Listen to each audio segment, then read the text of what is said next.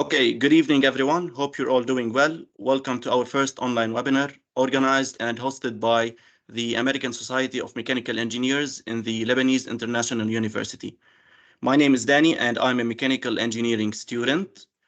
In today's webinar, we are going to talk about airplanes and how does a jet airline work. We will focus on the main topics such as the mechanical components, and our guest speaker for today is a well-known airline captain with Middle East Airlines Erdogan.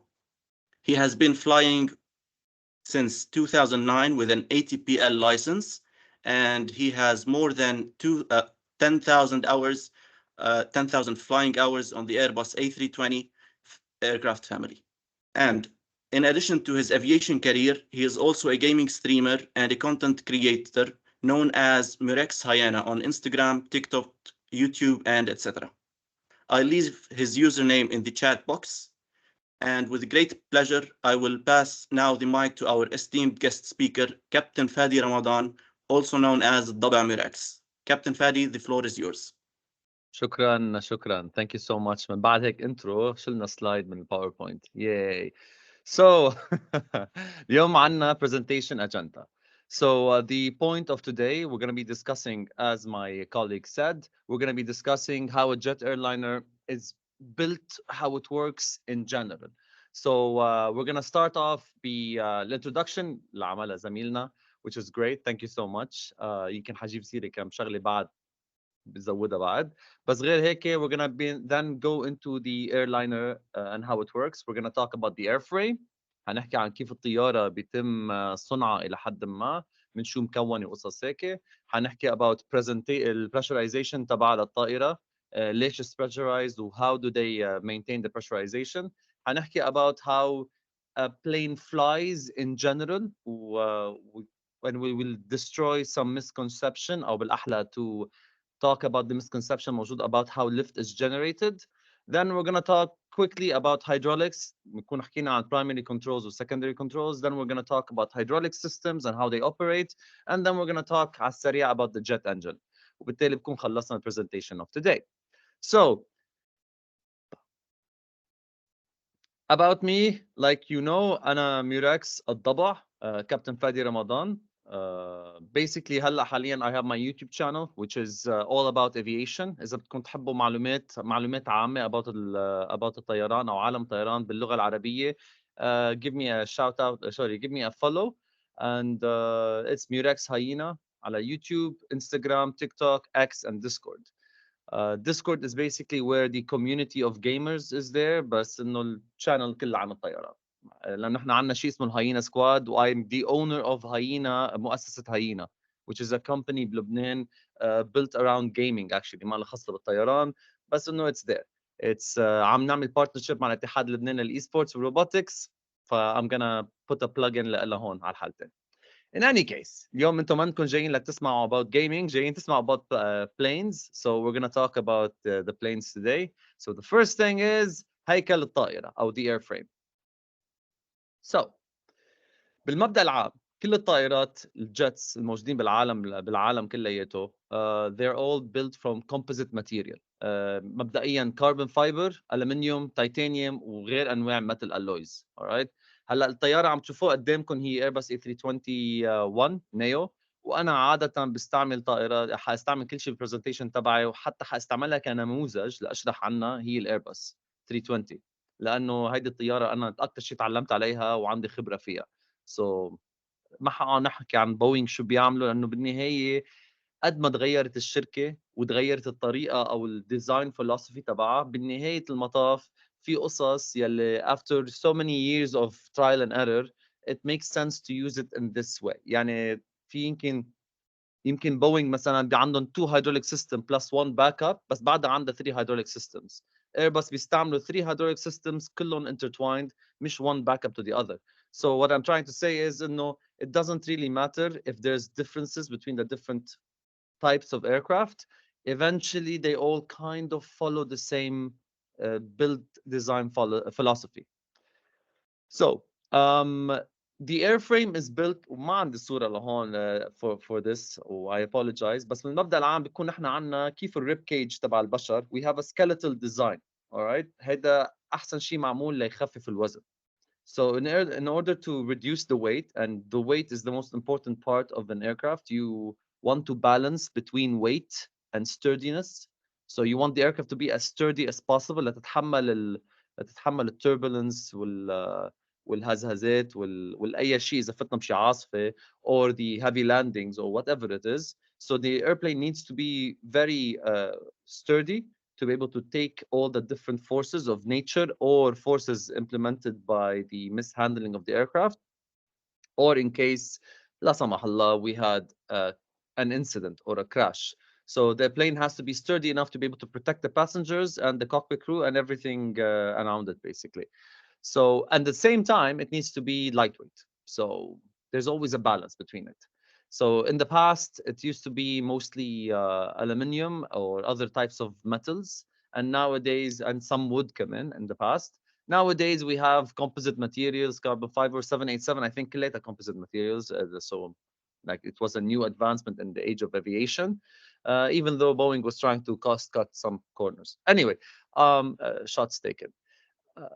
So the Airbus A321, or like every other jet airliner these days, this one right now is using twin engines. You may have noticed that lately, most airplanes or the new airplanes are with dual engine, and this comes to the fact that the engine, every engine for the aircraft requires a lot of maintenance. وحنفوت فيها أكتر لهالمعلومات when we reach the engine part. But for now, you have to understand that there's two engines, and this is where the thrust comes for the airplane. And the frame is built from a skeletal rivets, sorry, a skeletal system. Then we have panels that go on top of the skeleton, and it's riveted together. Riveted يعني بشموا, okay, تباشيم. You guys know what a rivet is, بس no, that's it. So الهيكل تبع الطائرة is made from a skeletal system, then panels go on top of it, and by that we reduce the amount of weight. The panels are damage resistant, and you connect all the different parts of the airplane through beams and skeletal meshes. So تتركب كأنه puzzle, right? So you get a puzzle system that connects to each other, and then you rivet everything together. It creates the most amount of sturdiness with the material that we have. Keep in mind, when an aircraft is built, it's actually built in parts in different factories. So the هيكل طائرة, so this part of the plane, is built in one factory. Then the wings are built in another factory. Then the tail is built in another factory, etc., etc., etc. Usually, they all go to one factory that puts everything together. So, and then when they put them everything together, they go together like a puzzle. It's basically an assembly line. Not very different than how cars are built, by the way. Need I mention it? So, and then we have the doors. Now, when they are designing the aircraft, when the aircraft is being designed, every aircraft has one very, very important certification that they need to pass, and it's called the emergency evacuations certification. The emergency evacuations certification requires that in case of an emergency, and the aircraft has to, evacuate the passengers, it needs to be able to evacuate all the passengers and the crew in 90 seconds or less using half of the exits. All right. So this plane has 1, 2, 3, 4 so 8 exits. So this plane has 8 exits. And if we want to evacuate, we have to evacuate all the passengers and the crew in half of this, so in 4 exits. And the exits are randomly selected. They're not all from one side. So maybe 2 in the front and 2 in the back from the right side and 2 in the left side. Now, this certification dictates how the interior design is of the aircraft. So the engineers would sit down together, figure out the best way to create the exits and to create a way for the passengers to evacuate the aircraft. You have to also keep in mind that once this is done, you then have something called the estimated maximum number of passengers certification. So let's say a 321, it might be able to fit 400 people. But then when you actually want to make it into a full actual airliner, it will be less than that. يعني ال A300 for instance, the first Airbus was called the A300 because it could fit 300 passengers. Theoretically could fit actually more than 300 passengers, but they decided to make it only 300 passengers due to the requirements of the other airlines. And then they later on realized they don't even need 300, so it never reached the capacity of 300 passengers. But note that the doors are all placed on the airframe in strategic places that allow the cockpit crew and all the passengers to exit within 90 seconds. It's also worth mentioning here, since we're still here, that the the the fuel of the aircraft is stored in the tanks. So if you go back here, no, this is yeah, okay. So the fuel of the aircraft is actually stored in the tanks in the wings because the wings are hollow. So it's one of the best ways to actually not only is it a cost effective way, sorry, space saving effective way of doing it, right? It also is good because it helps the wings from fluttering a lot because you're adding weight to them. In general, there's also center tank pumps, center tank fuel tanks. Sorry. There's also fuel tanks in the center, but usually we use the center tanks first. So we usually have the center tank when we're trying to take off. The fuel comes from the wings because you don't want to have any kind of issue with if this has to do with if the pumps fail, right? If you have pumps in the fuel and they're giving the engines fuel, you don't want some of the pumps to fail and then the engine gets starved of fuel and you have a flame out.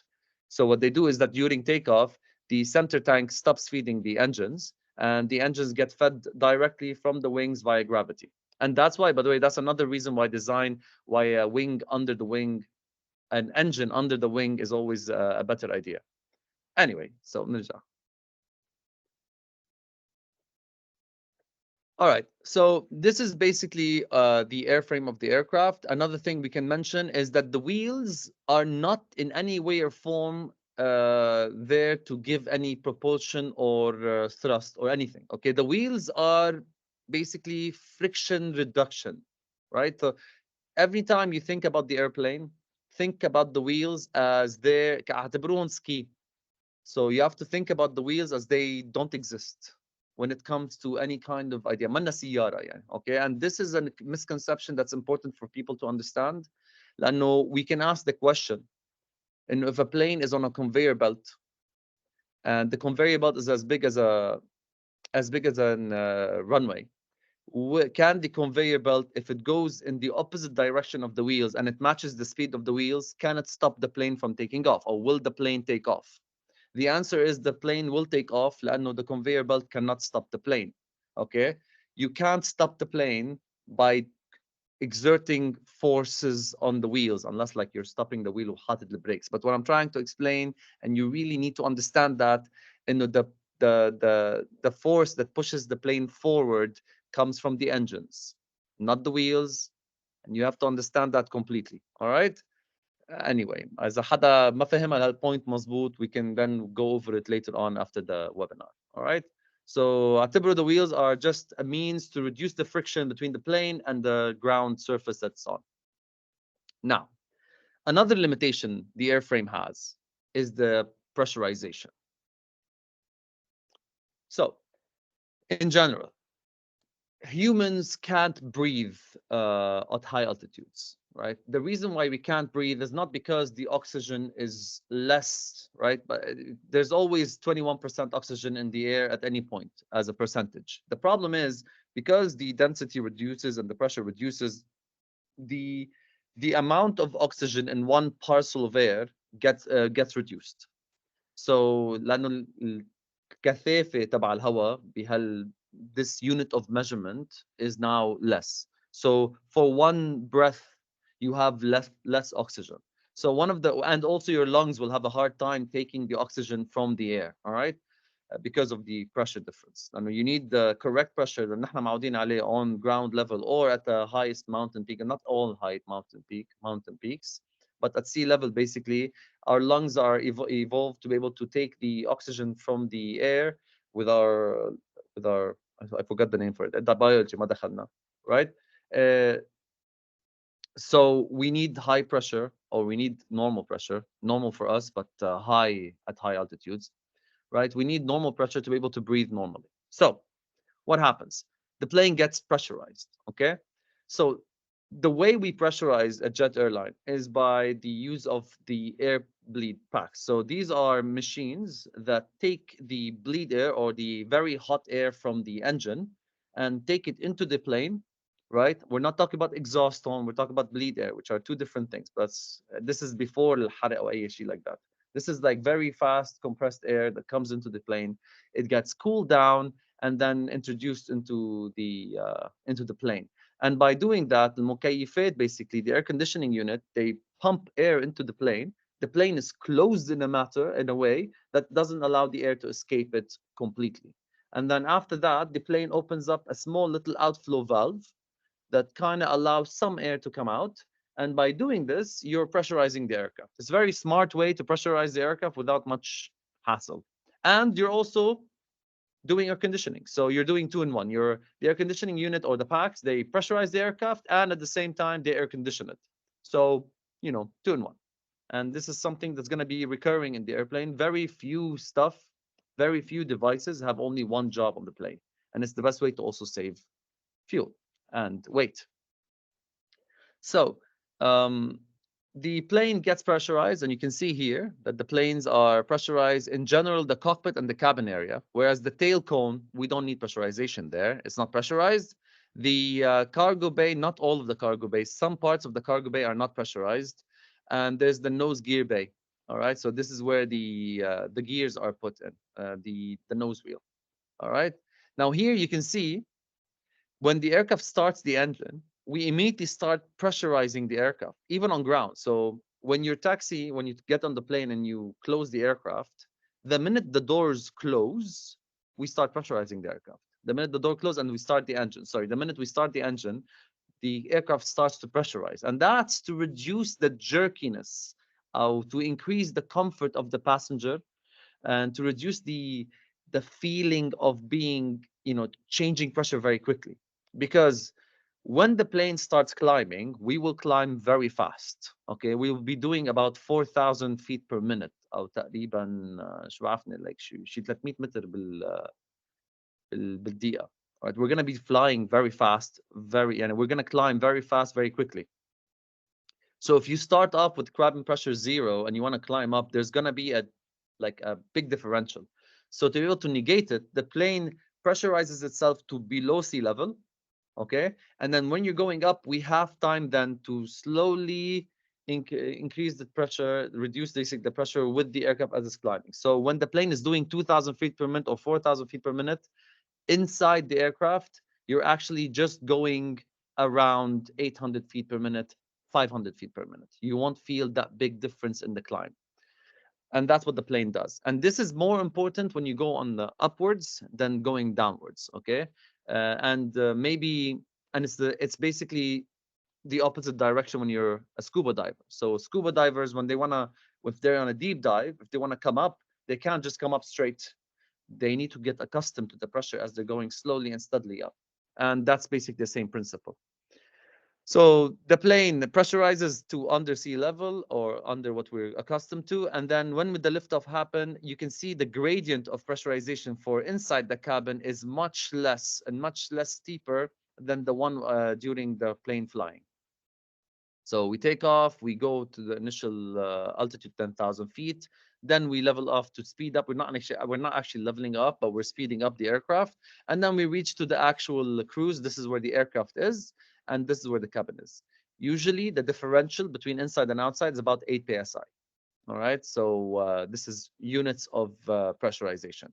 So many times the airframe has to account, not many times, all the time, the airframe has to account to pressurization, because when you pressurize the aircraft, there's going to be a lot of pressure inside the aircraft pushing on the frame outside. And this is another reason why the skeletal airframe works best to reduce points of contact and distribute the air pressure.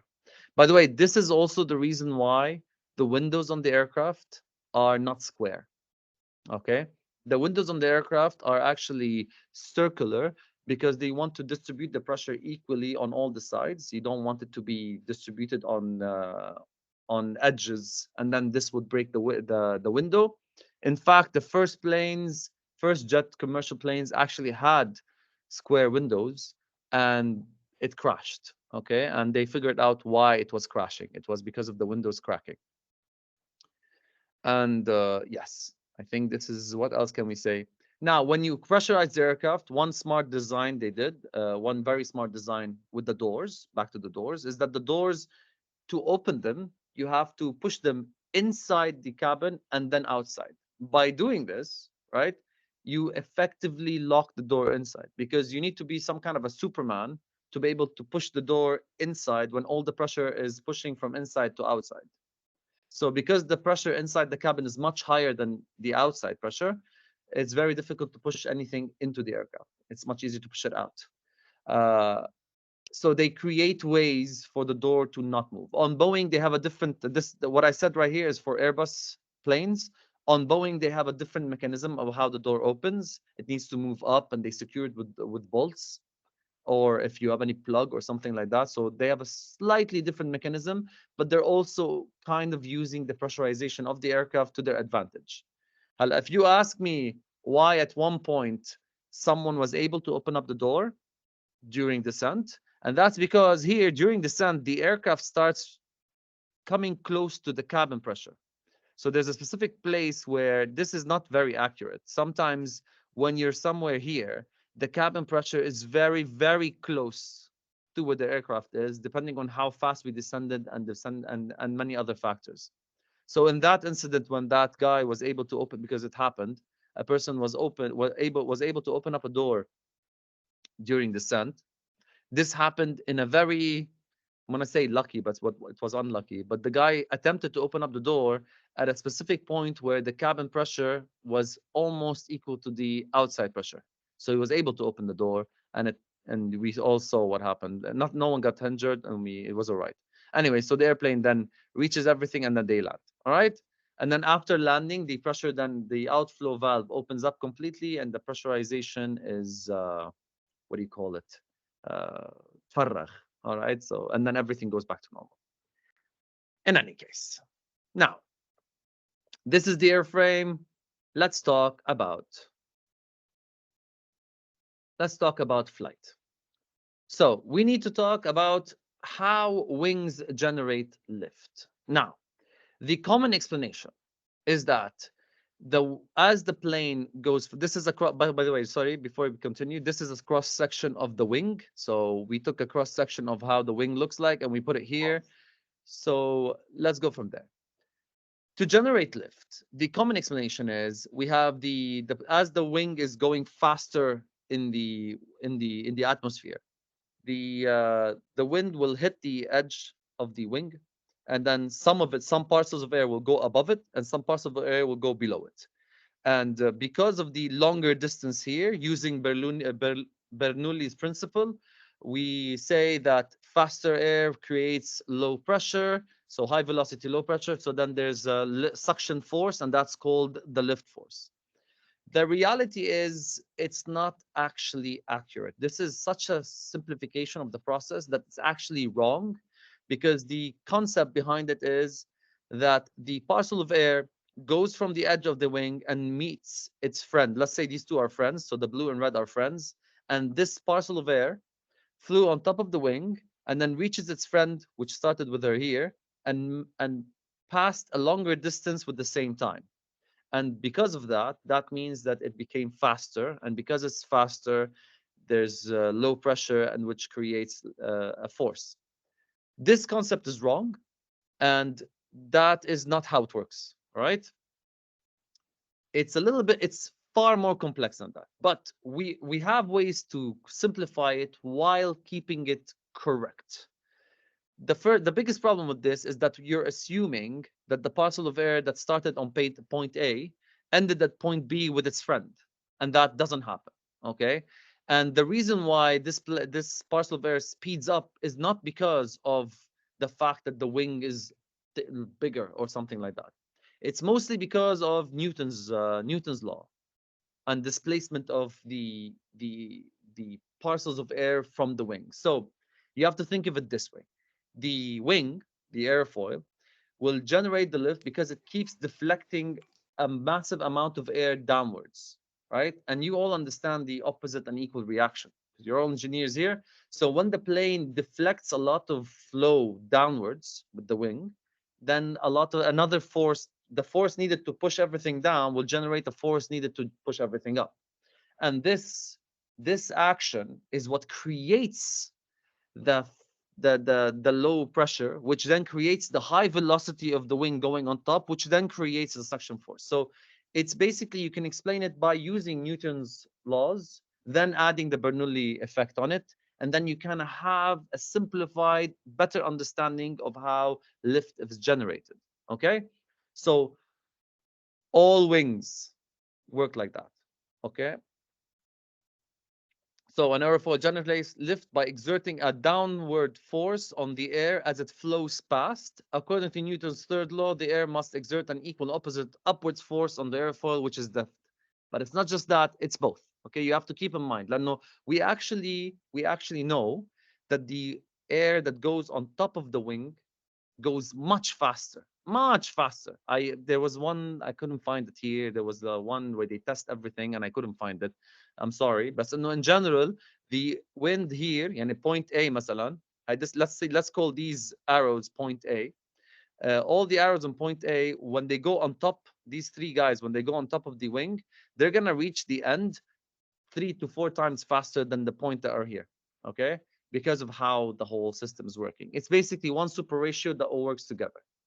Now, because we now understand that pushing the airflow down is what's actually giving us the lift, we now understand that there's an angle of attack. So here, if you take from the Cumberland, if you take a line through the wing, this from this edge to the flow direction, this is called the angle of attack. So the more the wing pushes down, the more the wing is pointed, the bigger the angle of attack that allows the wing to push more air down, the higher the lift that you can create. That's one way to generate more lift. The second way you can generate more lift is have a bigger wing. So the bigger the wing, the more air you're going to displace downwards, the more lift you're going to get. And or you increase the speed because the whole ratio is always in balance. When you increase the speed, you're going to basically reduce the pressure even more and you're going to create an even bigger lift. So either you increase the speed, increase the size of the wing, or you increase the angle of attack. The problem with angle of attack, though, is that the bigger the angle of attack, eventually you lose the laminar flow. And the laminar flow is what keeps everything nice and smooth. Once you lose the laminar flow and the wind disengages from the wing, it's called stalling. This is what you have here. This is an angle of attack that's too far from and basically it obstructed the wing so much, the wind so much that the wind stops being laminar and then everything fails. Lift dies on the spot.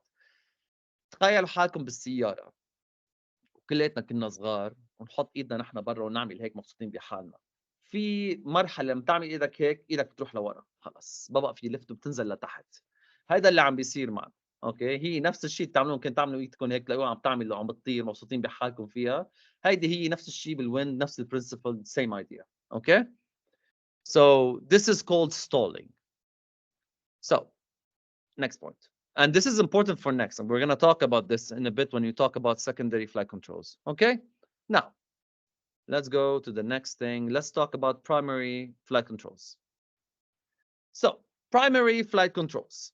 How do we control the aircraft and how do engineers build the aircraft? Now, there's something missing here actually. كنت راسم أنا a cross section. The ailerons هذا كله wings. Okay, this doesn't look right. There's supposed to be a small little thing here, right, for the ailerons. Yeah, جبت صورة أحسن. In any case, so there's a small surface here and right there called the ailerons. All right. Now these surfaces, they move up and down to be able to create the roll effect. So the plane rolling axis is this one. So we move the plane in a roll function. And I don't know if you can see me while you're seeing the presentation, but I'm still moving my hands a lot. It's all right. Yes, we can. People can see me, right? Okay, perfect. So the ailerons, what they do is, like we said, everything is wings. So keep in mind, this wing has the aileron works as a small part of this wing. Same here. The the uh, the elevator is a wing and the rudder is a wing, but they're just placed in a different position. Okay. So what happens is when the let's say this is the wing and this is the aileron. The aileron is a small part of the wing. All right. So the wing is all generating lift up. So when the aileron pushes down, you're increasing the angle at which the wing is curved. That creates more lift. And then, or you go up, and that reduces the amount of the lift. So if on one wing the aileron goes up, on one wing the aileron goes down, the airplane will move to a roll function because there'll be more lift on one side than the other side. So you increase lift on one wing, the plane rolls. You reduce and you reduce lift on the other wing. So that's how the ailerons control the roll axis of the airplane. We take the same principle and we apply it to the elevator. So the plane now is on the pitch axis. So the nose of the aircraft goes up if the elevator gives a less lift or downward lift. So the elevator can go like that, and the wing becomes curved on the other side. So then the wind pushes, the lift force becomes downwards, and the aircraft pitches up. And this is how you control the pitch. The rudder is basically a wing, but it's in the vertical form, and it will control yaw. Okay, so yaw is basically when you yawing is moving in this axis basically. You can see me moving around. Basically, that's how it works. All right. So you can see here, this is the yaw axis. Now, this is the basic principle that all planes fly with. We haven't discovered any new way to fly a plane. In the past, there were planes that are by wings. They had two more wings and stuff like that. Nowadays, with composite material and stuff like that, we don't need it anymore. There's I can't think of anything extra to say about this. In general, that's as far as you can get with it. When it comes to the flight and lift stuff. And one more thing I forgot to say is that the curve matters. So the curve of the wing matters. Okay, if the wind is curved up, it will generate more lift in that direction. So, yeah. In any case, now this was primary controls. They're called primary controls because they're the main way of creating lift on the various parts of the aircraft to be able to move it where you want to move it, to control it basically. Hala, in the past, all the planes used to be able to move those primary flight controls mechanically. So they were linked. تخيلوا 747 is linked by cables across the entire plane between the ailerons and the pilot's yoke. Okay, so the pilot would control everything with his two hands. Yes, it was hydraulically assisted, but if the hydraulic system fails, the pilot would have to grab and push with everything he's got. Okay, and there was actually on the 747 and other aircraft, there was actually like foot pedals, footstools, so that the pilot can put his feet there and to push up if he needs to. Okay, so in case the hydraulic system fails and he has to move this entire surface on his own. And so yeah, with Airbus, they introduced fly-by-wire. So instead of having massive cables that run across the whole aircraft, which is extremely, extremely heavy, they now use electrical signals to control actuators that move those flight control surfaces. Okay, so this is also good to know. Now,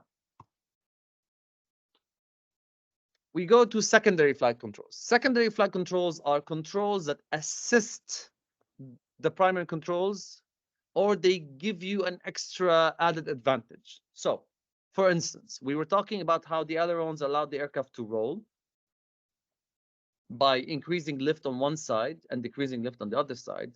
Another more cost-effective way is instead of because when you move the aileron surface, it generates a lot of drag, and it's not as smooth as you think. Like at high altitudes, when you want to move the big surface of the aileron, because it's such a big surface, it will not move as smoothly as you like.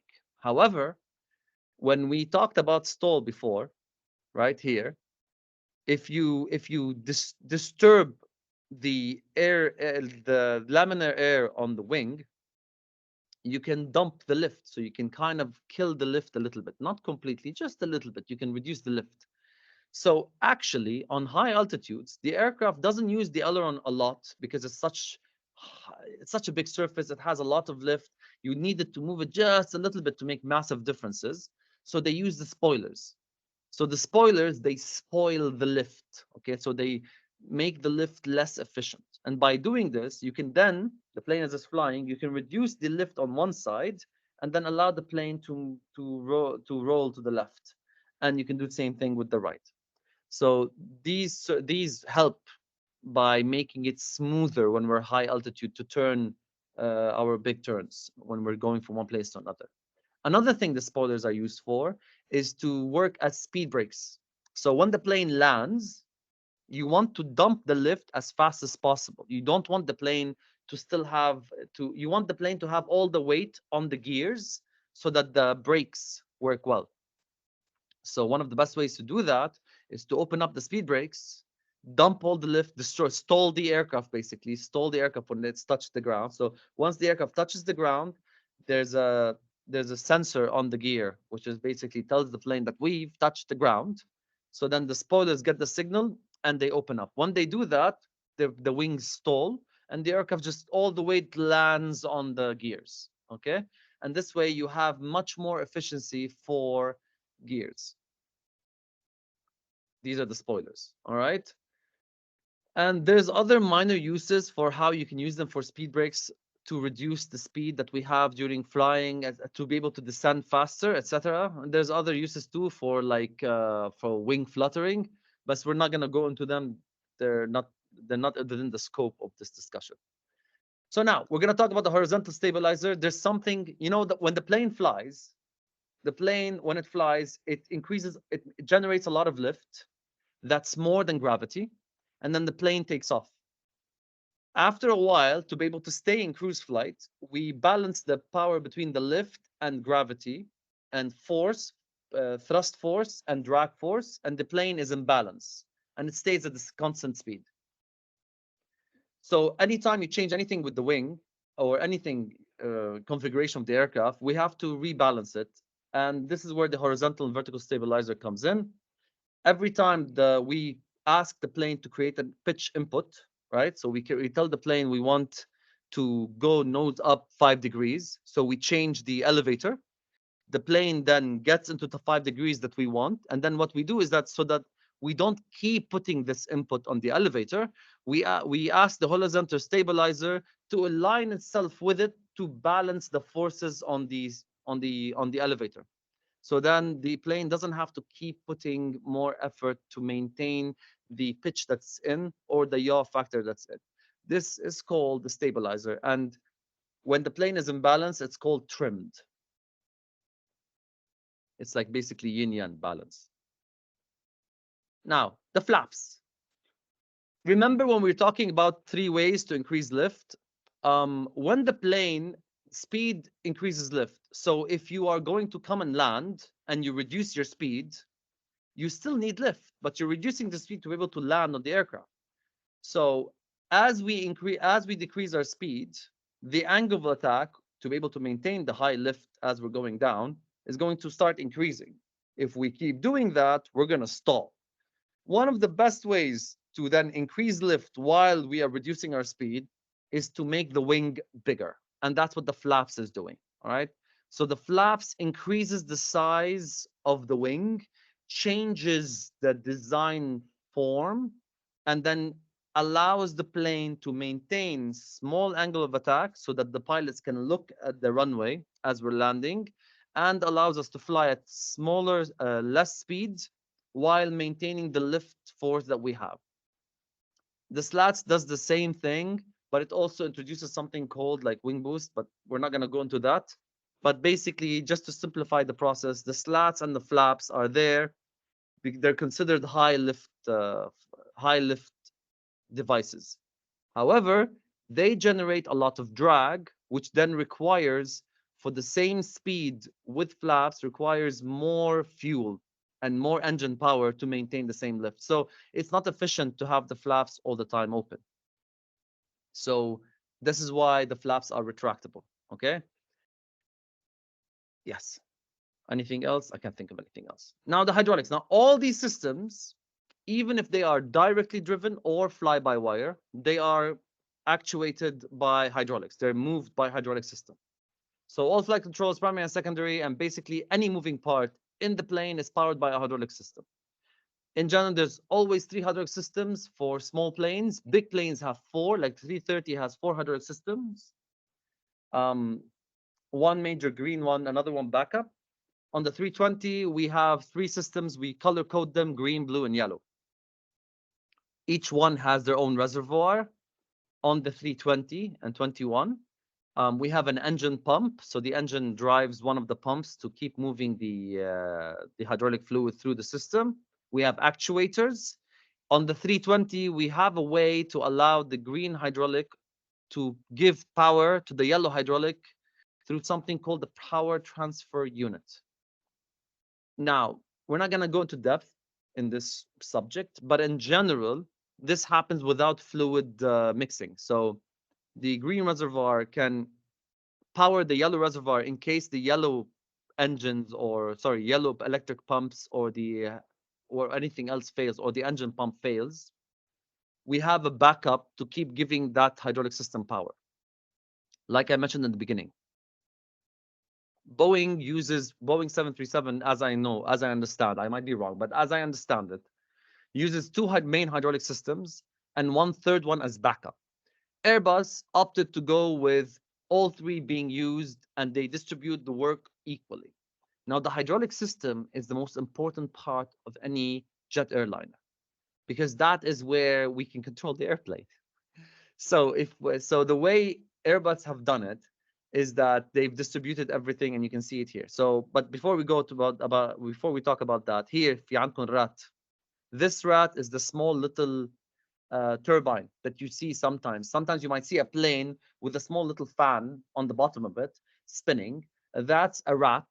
Okay, ram air turbine. It's a small turbine that works because of the speed of the airplane. It spins the fan, and the fan then generates power to push the blue hydraulic system and creates electricity for the aircraft in case we have other problems on the aircraft. These are all redundancies.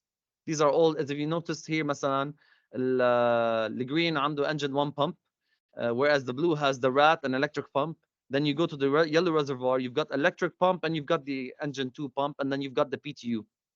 So because the green has access to the PTU and an engine pump, they didn't, and because the electric pump can also give through the engine, they didn't need to put 2 pumps on the green reservoir, etc., etc., etc. There's a lot of work that goes in it. When you open cargo doors or close cargo doors, it's coming from the yellow reservoir. That's Airbus A320. Other airplanes have different systems. And as you may have noticed, there are shut-off valves for hydraulic systems that go into the engine. And that's another discussion for another day. As for how they distribute it, for instance, the flaps. Those their voice like the hauling gas. نعم. Hey, that's the one that makes الPTU هو اللي بيعمل صوت العواء العو عو عو. Yes, yeah. The PTU is the one that makes that weird noise. Okay. Shabab, for the comments and the questions, please keep it to the end. It's okay. Anyway, so the hydraulic system is divided up. The hydraulic system, like I said, Airbus philosophy is to divide all the work on all the hydraulic systems. They don't want to have a hydraulic system just sitting there waiting for an eventuality. So, for instance, the flaps, مثلا, and it's a very important system, is controlled by the yellow pressure system, but also the green system. So the green system gives power to the slats and the flaps. The blue system gives to the slats, and the yellow system gives to the flaps. So if I lose the green system, I still have slats and flaps. I'm good. If I lose the yellow, I still have slats and flaps. I don't care. My flaps will become slow, but I still have access to it. If I lose 2 systems, if I lose the green pressure and the blue pressure, or the system as is, I still have access to flaps, but I lost access to slats. Because of that, it becomes a complex procedure. But in a way, Airbus made the plane still landable, okay, with only one hydraulic system. If we lose all three hydraulic systems, and this has happened before, on the Airbus, the only mechanical control we have is on the horizontal stabilizer using the trim wheel, the asymmetric thrust عشان نعمل roll effect on the engines, and the rudder to create yaw. So in general, it's a very weird way of controlling it. نحن عنا ب they for once we were able to in the simulator to test it out. It's not easy. It's a completely different way of flying. And it happened in the past. I think DHL بس ماني مأكد. I'm not 100% sure, so don't quote me on it. Some airline فات فيها صاروخ. It got hit by a missile or something, and they had to learn how to fly the aircraft. I might be wrong about this, so don't quote me, but I remember that it actually happened. And 100% happened, but I can't remember which incident and why. All right? And as you can see here, the rudder, for instance, is available on the blue pressure and also available on the green pressure. So the green system, اعتبره green system is the big brother, right? Then you've got the middle brother that does some of the things, and then the little brother does other things. And it works. And the way I remember it is big brother, middle brother, and younger brother. That's how I remember my systems. لأنه little brother بنكب عليه قصص تانية. أنا middle brother عندي أحلى حياة بالعالم. Okay? The least amount of work is on the middle brother. That's my own interpretation. كل طيار عنده طريقته اللي يحفظ غراضه. يعني we all بالنهاية you have to تحفظهم, you have to understand them. Sometimes during your oral examination they might ask you to draw the electrical system or hydraulic system. So ever since the flight engineer انشال من الطيارة, the knowledge the flight engineer كان عنده إياها انكب نصها بالطيارة بالإيكام system بالengine warning the system and والباقي كبوه فينا. So زاد درس لعنا إياه. It's okay. We're happy. I'm not for aviation geeks. It was all good. So anyway, منط. تعال نحكي شوي صغيرة على engine. So an airliner engine. Yes. بس ممكن نسألك سؤال قبل ما نكمل بالانجنز؟ Yes. إذا قلنا نحن عندنا sorry, hydraulic sorry, system. no, sorry, شباب. Please, okay. question at the end of the presentation. Yeah. Okay. Sorry, and I think I don't know who's talking to me. I thought maybe it's you, so I got it's confused. okay. It's okay, Captain. Sorry for interrupting. Sorry. لا, it's okay. I'm gonna finish this. The jet is almost done, and then we can take all the questions you want. All right. Jet airliners. We're gonna talk about engines. I thought about going into depth على كيف بيشتغل الانجن والجوست ثيوري وكل القصص. Then I realized لما مين عم بحكي مع engineers. There's no need for me to do that. I'm going to talk about the types of how they build them in general and how aviation advanced with time. So we're going to go much faster than that. In general, I think حطيتهم المقلوب. Sorry. Let's go with this one here. This one has to go first. So the turbojet is the first type of jet engine. Okay, this one is pure jet, so there's no bypass. All the air goes through the engine, through the turbine, gets burnt off completely, and then thrown out the nozzle. This is what we know when we think of jet. This is what we think about. Okay, لما نفكر jet, we're thinking of F-14. Okay, we're thinking about those fighter military aircraft. So the fighter military aircraft take all the wind as possible, put it through the turbine, throw in fuel, igniters, 3 stages of burning, and then you create the ghost effects, the Venturi power, and then you create the jet through the nozzle. Okay, so I don't have to explain how the jet engine works. لأنه this is part of your studies. يمكن تعرفوا فيها أكتر مني حتى. So basically, عنا بس what you have to talk here about لنحكي about high bypass ratio later on. We're gonna just mention the important things as the skier.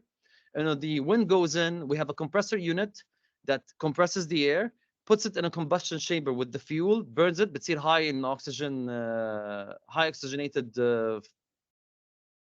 parcel of air, goes through pushes the turbine, turns the turbine, and the turbine speeds up the air completely up. So all the thrust comes from the air that's leaving the jet. Okay, the force that's leaving this creates the thrust force لقدام. Yes, هيدا عم نسهلها. Now, this is the first type of jets. Now, airliners after that started wanting more fuel efficiency. We don't want speed. We don't want to burn X amount of fuel to cover a very small distance. We want to burn X amount of fuel to cover London to Los Angeles, okay? And so we wanted to create a new way to make the life of the engine longer. The jet takes is high maintenance. We wanted to reduce the maintenance, keep the jet, but find ways to be able to reduce the fuel cost تبعها. So we created something called low bypass engines, and this is the first idea تبعها. So low bypass engines, the turbine of the jet, بدل ما تكون all the power is throwing the jet out, they've diverted some of the power into the turbine itself, the low pressure turbine, that then rotates the fan of the engine, and then the fan will take in, sorry, حطها هون. Okay, so this is the, I should have put the mouse here لتشوفوا شو عم بعمل. So so the instead of in the past where all the wind that comes in goes through the compressor stage, combustion stage, and then push everything out, and this pushing force generates a thrust, they were like, how about, what if we create a low pressure turbine that spins the fan in the front, and then the fan works like the old propeller aircraft. And then we take some wind and we push some wind from here and then push it out. The idea was that if we can cool, because, remember how thrust force generates heat? If we can reduce the amount of heat coming out, in a way, we could generate more thrust on longer periods of time and more efficient. So we reduce the amount, we create more efficiency in the system. So the idea behind that initially was to actually cool down the exhaust and to use it to generate heat into force. Eventually, they discovered that the wind coming from the fans was much higher from the thrust engines at low speeds, less fuel. So for them, that was a winner. They used this everywhere. The 737 used to have a low bypass engine, actually. Everyone used to have a low bypass engine. But then later on, they discovered high bypass engines. So high bypass engines is like, you know what, Anna, I don't care about the wind. I don't care about the force coming from the jet. I want to make everything come from the fan. So they reduced the jet in general. They made the jet produce much, much, much less force. They created a much better low pressure turbine, which then spins a much bigger fan. So the engines became massive. Okay, if you look at the first 737, they had a cigar-shaped engine, which was the low bypass engine. As they with the 737 NG, our new generation, they went with the bigger fan in the front. So you can see, because the airplane was so close to the ground, they squished the engine. Okay, they didn't actually squish the engine. The engine's still a circle, but they squished the bottom bit of the engine to allow for clearance from the ground. So now airliners, all of them, use the high bypass engine, which is a big fan that generates a lot of wind and turns very, very, very fast due to the turbine. So now you have to think about the jet engine being like a motor كهرباء عم بيبرم مروحة كتير كبيرة. So in general, high bypass engines, you'll find them in airliners. Low bypass engines, you'll find them in some old airliner types, but mostly in business jets, okay? Military aircraft use كمان high bypass engine, but we're not talking about fighter aircraft. Fighter aircraft use the full jet. حتى sometimes they add afterburners because the combustion chamber doesn't burn all the fuel. So they generate another thing called the afterburner, which then burns whatever is left to even generate more thrust, okay? Costs a lot of fuel, but they need it for their own uses. This is the Airbus 321 Neo high bypass ratio engine. As you can see, it's actually much bigger than that, and this is not giving it حقها in terms of how big the fan is compared to the actual jet. But in general, we've got the fan, the low pressure compressor here, then the high pressure compressor, because they do it on two phases. So there's a compressor here, and there's a high pressure compressor here. Then there's the high turbine, and then there's the low pressure turbine. The low pressure turbine is what, the low pressure turbine is what drives the actual fan. We have indications to know what N1 is. we have indications for N2, and these are stuff, if I want to explain them, we're going to have to make another webinar just about them, because they are ratios of how the gears and the fan is moving from the 100% estimated speed that they can actually do, okay? In general, all the thrust force that we have comes from these ducts here, okay? So the thrust force that we have comes from the fan. We barely, if any, have any force coming from the jet that we can consider it as a force, okay? So if we lose those big fans, the thrust is basically gone. It doesn't have enough power to keep the plane up in the air, all right? The accessory box here takes power from N2, this area here, from the high pressure, from the low pressure compressor, and then it drives the IDG, which is the inertial drive, and then that moves the generator, and that generates electricity on the aircraft. So the engine basically is used to do many things. We also, in very cold weather conditions, we take hot air coming from the low pressure turbine into the engine itself. So we put hot air back into the engine to warm it up in case it's cold and it's icing conditions. And we can even take from it into the wings to heat up the wings in case there's ice, forming on top of the wings. These are called the anti-ice system. The engine is the heart of the aircraft. The hydraulic is the blood, and the fuel is the food that the aircraft needs to keep burning the calories. This is how you can imagine the plane in human form.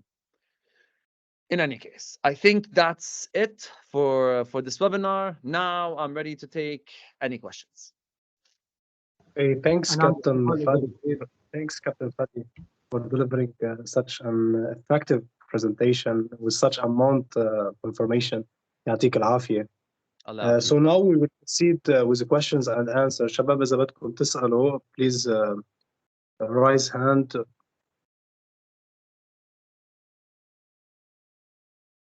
حسين حمدان.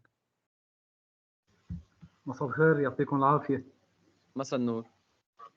كابتن، كنا عم نقول عنا نحن تقريبا 3 هيدروليك سيستمز، إذا ثلاثتهم صار فيهم فيلير، شو هو الميكانيكال سيستم اللي بنستعمله حتى نعوض الفورس بالليفتنج، نتحكم بالوينجز وهالاشياء؟ هلا لايك اي سيد، مثلا على البوينغ اذا كانت طياره منا فلاي باي واير، او بيعوض الفورس تبعك هي انت والفيرست اوفيسر تمسكوا التحكمات وتشدوا وتخبطوا وتعاملوا فيها، اوكي، لانه you still have control over them.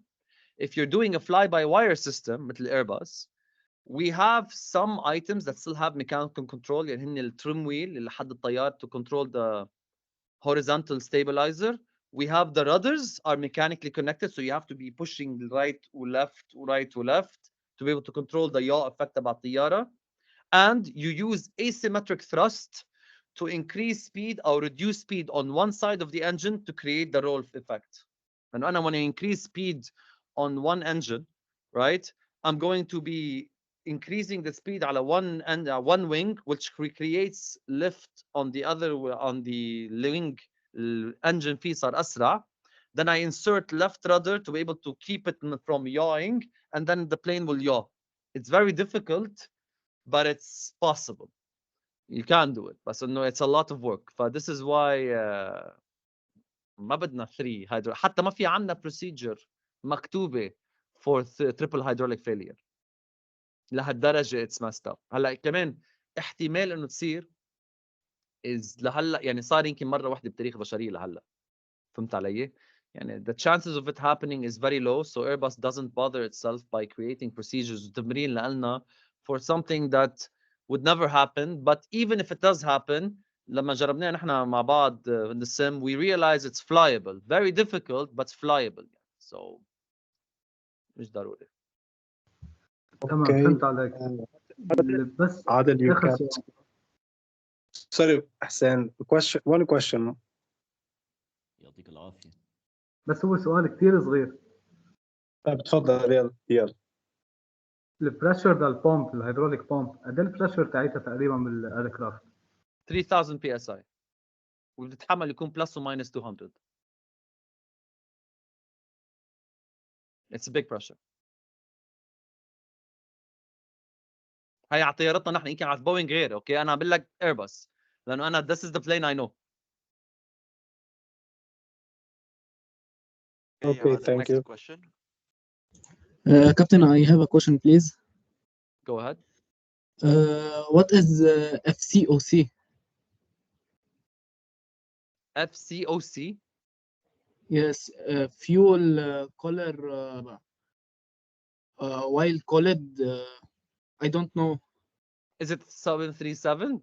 FCOC. FCOC. You're talking about لحظة حجرب Boeing fuel system. Okay, yes. so ال FCOC بالطيارات مش عنا بالايرباص بس it probably does the same thing نحن عنا اياه. It's something to cool down. Why are you asking about FCOC? شو خطر على بالك؟ صراحة سمعت عنه أنا. هو يمكن حسب ما عرفت إنه هو نظام عملوه لحتى يمكن يبرد okay. الزيت ويحمي It's like الفيول. نحن عنا something similar to it على الايرباص.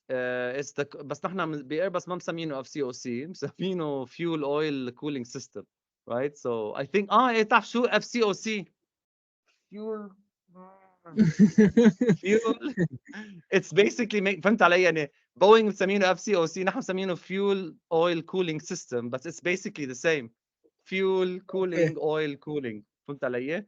So okay, yes. FCOC basically it's a system where because the fuel على العالي معه يبرد so الطيارة what it has to do is it has to warm up the fuel والاويل على الانجن كمان بدنا نبرده so الفيول بدنا نسخن الفيول وبدنا نبرد الاويل. So one of the ways we do it is because the airplane على ارتفاع 35,000 قدم الحرارة برا بتكون ناقص 50 وما بدنا الفيول يبرد كتير بنصير نمرق الفيول عبر الاويل سيستم. اكيد ما بيفوتوا ببعض بس انه كيف الرادياتور يعني بنمرقهم عبر بعض لمنبرد الاويل لانه الاويل ما بدنا كتير يحمى وبنفس الوقت بنسخن الفيول. That's what the system is. So it's one system that does two things at the same time. بيكونوا موصولين بالوينجز. ما هن ايه بيكون it's basically عندك رادياتور that بيمشي فيول through the ما تنسى الوينجز والانجن حد بعض. اوكي ففي عندك ducts that go through each other. So عندك fuel radiator او بالاحلى it's like a system that allows the heat to transfer. كيف الرادياتور تبع الاويل بالسياره بياخذ الهواء ليبرده. This is the same concept بس زي ما ياخذ الهواء بياخذ الفيول. Does that make sense? بتصير by radiation.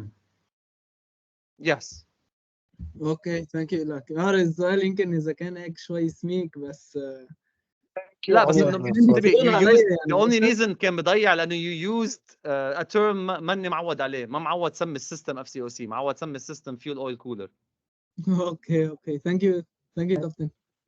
عبد الحسين. Now عادل, please ask your question. يعطيك العافية. الله يعافيك حبيبي. بدي أسألك بخصوص الكومبشن تشامبر. Yeah. لما أنت تكون عم تعمل انجكشن للفيول بالكومبشن تشامبر كيف بتمنع إنه النار ترجع تروح على الفيول تانك؟ لأنه أنت the spray nozzle الجت nozzle تبع الفيول will spray the jet and then close on the spot. The technique of spraying ignition يعني basically it's spray ignite تولع and then it becomes continuous. Okay, so this is the first one. The first one is they spray a lot of fuel. The fuel has a distance to go before it actually ignites. السؤال اللي عم تطرحه في اجى اطرح حكي انا لك انه السياره ليه كيف قادر انت تولع الفيول بالبستن انجن وما يولع الفيول تانك؟ ما هي الفاير needs oxygen to burn والفيول nozzle ما في عندها places for oxygen to allow the combustion to happen. So النازل نفسها حتى اذا كان سبراي خفيف حتى اذا ولعت all the way للنازل لما توصل inside the nozzle ما it's a vacuum with only fuel coming out. There's not enough oxygen to maintain the fire all the way back to the tank. So the nozzle will spray, stop, spray, stop, spray, stop, spray, stop, and then حتى if it keeps spraying, the fire will never come out. Think of it مثل flame thrower. الفليم ثرو اللي بتتفجر التانك ما كل وقت النار عليها صح ولا لا؟ لانه ما في عندك enough oxygen in the tube تبعها to be able to carry the fire back into the tank.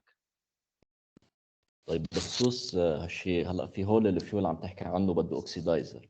طب في فيول بيجي معه الاوكسيدايزر. ايه بس هو مش مضطرين نحن نفوت معنا اوكسيدايزر بالفيول لانه الاوكسيدايزر تبعنا هو الهواء. So a lot of wind that comes in انا ليه طفيت الشيرنج تبعي ما بعرف ليش. ارجع هون لحظه، اعمل هون سوري على الاذن لحظه. I forgot how I did the slide view.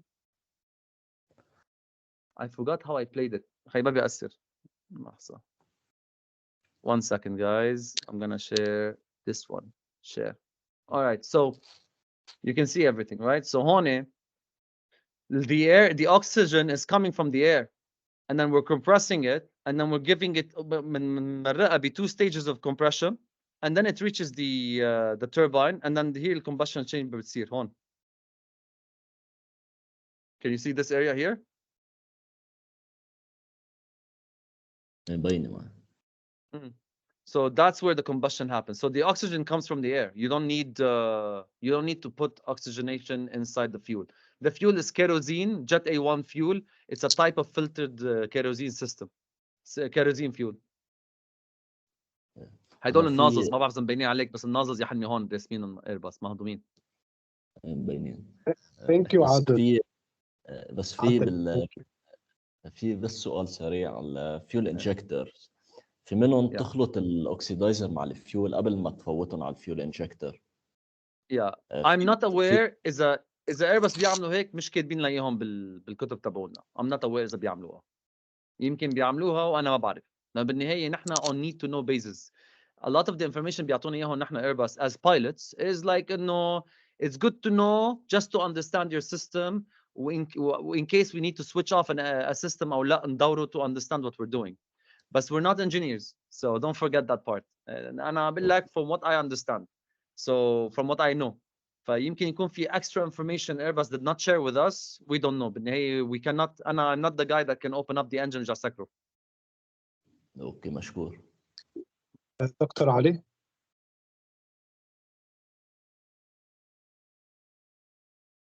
دكتور علي. ايه شكرا يعطيكم العافيه. شكرا كابتن فادي للبرزنتيشن، very informative presentation. هي مداخله بس منها بنطلق لانه نحن معنا طلاب بالويبينار عم يحضروا، هن من طلاب سنه اولى لسنه خامسه. your advice بالنسبه للطلاب from your practical experience, how they can move from theory to practice. يعني what you showed ممكن للطلاب السنه الاولى يكونوا information ما بيعرفوها، بس في طلاب وصلوا لمرحله they know exactly what you're talking about، خاصه الطلاب تعول السنه الثالثه او سنه رابعه او سنه خامسه. what's your advice بالنسبه للطلاب to go from what they see in theory to practice? هلا when you say to practice, you mean to become pilots or you mean to become mechanical engineers? To apply aerospace engineers. Exactly. Aeronautical engineers. That's the one. Yes. Okay. إذا بدي أعمل aeronautical engineering, my advice is basically كcareer options لكم بالمستقبل. You would be working in an airplane factory. يعني مثلا نحن عنا ب MEA we have the Moscow division, which is basically the engineering department تبع MEA. So كل شيء صيانة ما صيانة they do the studies first بالجامعة، بيخلصوا their studies and then after that they apply internship بشركات. لأنه there's the study aspect as I understand من رفقات الانجينيرز إنه لما درسوا بالجامعة they study the entire theory behind it وبيعرفوا what I بعرف بس times مليون obviously لأنه هن بالنهاية engineers أنا طيار بس. right? So they learn the entire workings إذا كان في oxidization أو لا قبل ما يفوت الفيول ليعمل burn. أنا I don't know it، يمكن هن بيعرفوا ساعتها. They would understand all of that concept وبيدرسوها على very general. And then what happens is لما engineer who wants to work with some airline أو whatever أو شي شركة بيقدم عليها بيفرجي ورق تبعوله and then he goes and he starts accumulating hours working on a specific type. Then بيعمل certification لانجن. يعني نحن عندنا engineers عندهم certification لبرات and Whitney engine neo. So they have the certification to work on the engine, very similar to what pilots do. And I have a certification to fly the Airbus A320 21 and the family. غيري عنده certification to fly the 737. If I want to fly 737, I have to get the certification لها. So engineers بالعالم الطيران they do this kind of the same thing. They start accumulating certifications for different engines. بيروحوا بيعملوا كورسات ليعرفوا هل specific engine how it works وكيف بيصلحوه وشو الصيانة تبعه and what's the AMM, I forgot what it stands for. It's basically a manual for the air work that you have to do on the engine, right? The work progress that you have to do. يعني إذا عندك مثلا شي fault بانجن معين او fault بطراز معين او something in the wrong. By the way, certification also for plane type. So an engineer has to do internship first with a maintenance company. So بيقدم على شركة بفوت as an intern initially بيتعلم بيصير معه ساعات بيجمع خبرة. Okay.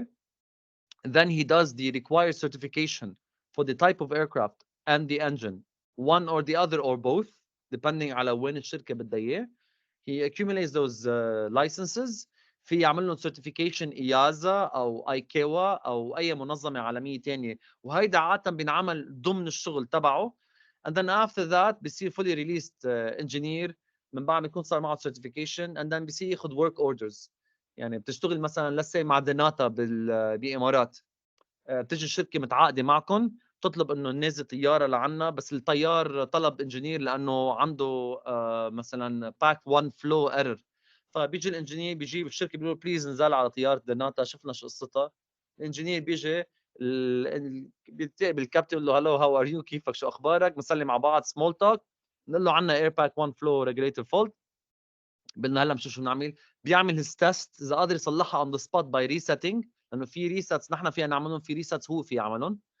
بيعمل هو his own tests اذا ضبطت معه خلصت اذا ما ضبطت معه في يحطها اميال ايتم لانه في قصص على الطياره معقول يخربوا وفينا نطير بلاهم لمده معينه من الوقت. اوكي بيكون يا كاتيجوري A او B او C depending on what category. وفي قصص بيخرب على الطياره علقت هون بيشكي بيقول لنا انجينير بنقول له نحن this is a no dispatch بليز حل لنا اياها.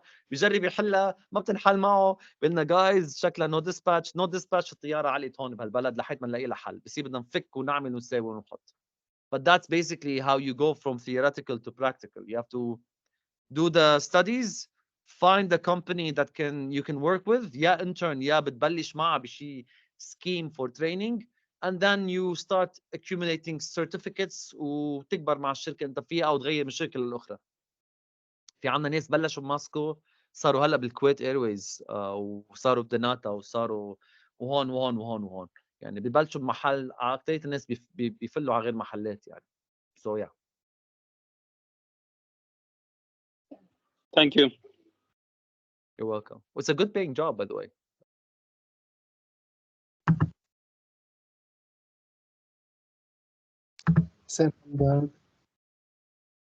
مش الحال يعطيكم ألف عافية.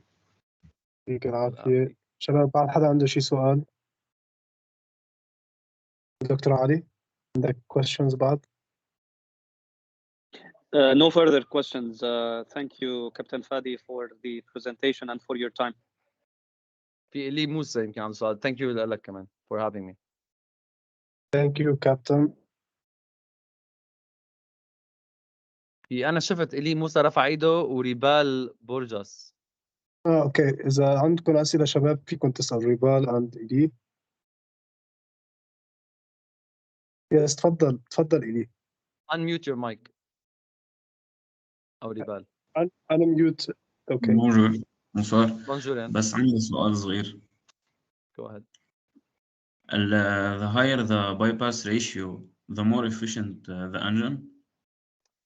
It's okay. It's hit and miss. لو كان هيك يعني حتى okay. Let me just say something على السريع. مش على السريع. Let me just try to go as complex as I can. Okay. Boeing جربوا يعملوا something called the no bypass or full bypass engine, where the whole engine is basically a wing, a rotator, propeller. اوكي بدهم يشيلوه كليا. لكن كيف شايف هون كيف انتوا قاعدين تشوفوا هون شايف كيف الكاول is housed to be able to divert all the wind inside. Boeing were toying with the idea to remove the entire housing من اساسها وبيعملوا a super fan من برا. And the fan basically صار propeller كتير سريع. Now, it's efficient apparently, and it works really well. So it's almost a full bypass. لأنه صار التوربين من جوا, it's highly efficient. It generates almost zero thrust. كله بيتحول into heat and power to rotate the fans, the propellers. It's a concept موجودة, but in general there's a limitation بالديزاين اللي عنا حاليا. There's a وإلا كان صاروا الانجنز super big. الانجنز على 380 are not as efficient as the Neo engines على 321 Neo مثلا, even though the Neo engines are smaller than the 380 engine. So there's a lot of things to take into consideration in terms of the weight of the wings or the weight of the turbine, the weight of the housing تبعه, وكل القصص بتتاخد بعين الاعتبار. من هيك the Boeing one, the Boeing idea of the open air engine, right? I forgot the technical term تبعها. Well, I wish I had صورهم. So you can do the rotate open engine Boeing. I think it will show up. Open. بركي بدي اعمل شغله هون. Open air jet engine Boeing. Right? I don't know إذا كان you can see it. You can, if you search open air jet engine Boeing وتحطوا images, you can see how it looks like. It's basically a jet engine كله propellers. All right? It looks very weird, but that's the concept behind it. بس بعد ما صارت اتطبقت, this could be a way to increase the bypass ratio without affecting the weight والقصص الخ. So yeah, it's not one to one. في عنا limitation. بالنهاية thermodynamics دايما عندها you take from one side, you have to put another side, you have to give another hand. فهمت علي؟ No, دايما it's thank you conserved. so much. You're welcome.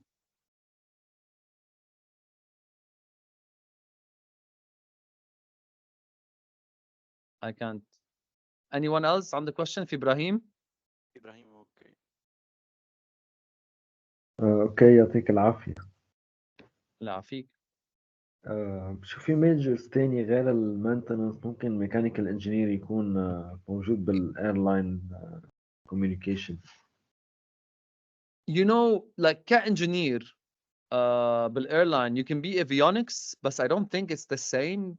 I think avionics goes down the electrical system وما له خاصة بالميكانيك. يعني ما بتقدر الطيارة بس تقدر الافيونكس بارت اللي هو كله كهرباء الكترونيات, فما له خاصة بالthe actual engineering part of it. So I'm not sure whether they're actually, I don't, لأنه ما بنعيطهم engineering, بنعيطهم mechanics, بنعيطهم avionics.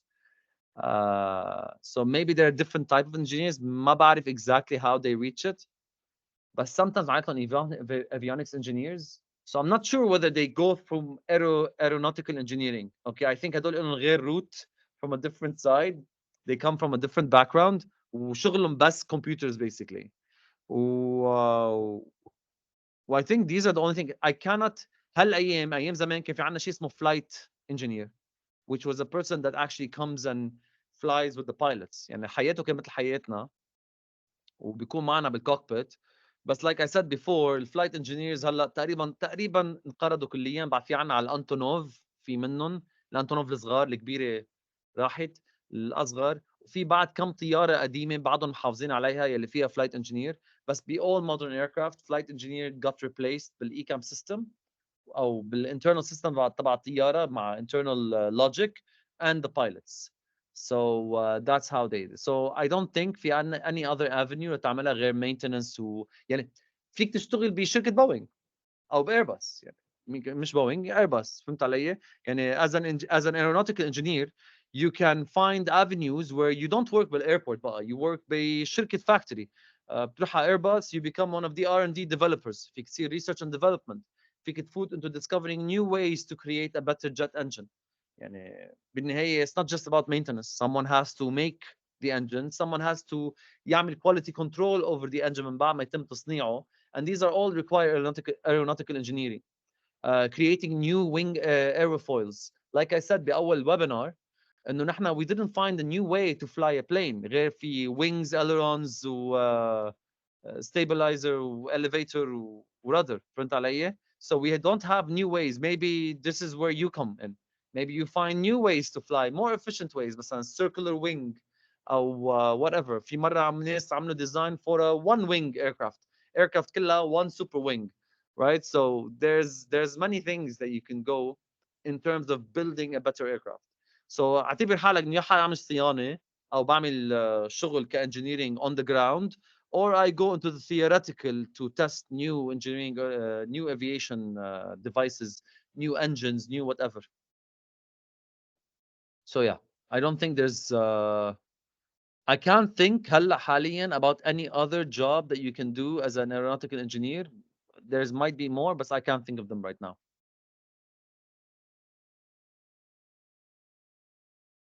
Okay, thank you. One more question. Do you recommend universities تختص بالايرونوتيكالز engineer? Honestly, I don't know. LIU عندها؟ حدا بيعرف هون؟ في عند mechanical engineering انتوا ايه؟ LIU no we don't have them. نحن mechanical engineering yes. ما بعرف حتى هو على صعيد لبنان هو بالمبدأ ما كثير فيه يعني برا هي اكثر بفرنسا المانيا هيك. هلا هو ايه I think I'm not 100% sure في هيك mechanical engineer في يجي يعمل كورسز من بعدها وبصير aeronautical engineer I think اذا ماني غلطان يعني there's ways يتعادلوا مع بعض بس هيدا السيستم انا صار لي برات نظام الجامعه من 2009 2008 actually لا wait ايه اول 2008 so you can understand انه انا my understanding of university صار كتير قديم وماني كتير فهمانه بقى وماني مذكر شو بيعملوا فيه الناس so يعطيكم العافيه شباب I can't even begin to imagine قديش it's going to be a long road ahead of you guys so good luck لانه صارت much more complex هالايام صار ايام زمان على وقتي انا even though ماني هالدرج كبير يعني ماني ختيار بس بحس كانه كتير فرقت عندي رفقه يعني بيحكوا لي فايتين على الجامعه وعم بينقوا and it's like there's so much things that you can learn so many things so good luck guys انا على وقتي it was simple يا بتاع مات فيزيك انفورماتيك صيدله طب وخلص قصه so nowadays صار في عندنا مليون الف تايتل لمليون الف شغله so يعطيكم العافيه و good luck ما بعرف لكم Thank you, Captain, and I will, and I hope you will complete an explanation of aviation science on media. على الميديا. Yes, because لأنه أنا إذا فتت هيدا الميجر وإذا حبيت شيء على الطيران صراحة من ورا الفيديوهات اللي كانت تنزل ومن ورا يعني صار عندي فضول إني فوت عليهم وأحضرهم وهسه أتعمق فيهم وكون انجينيرز أو بايلوت هسه لقدام أكثر. because لأنه هذا شيء عن جد كثير حلو.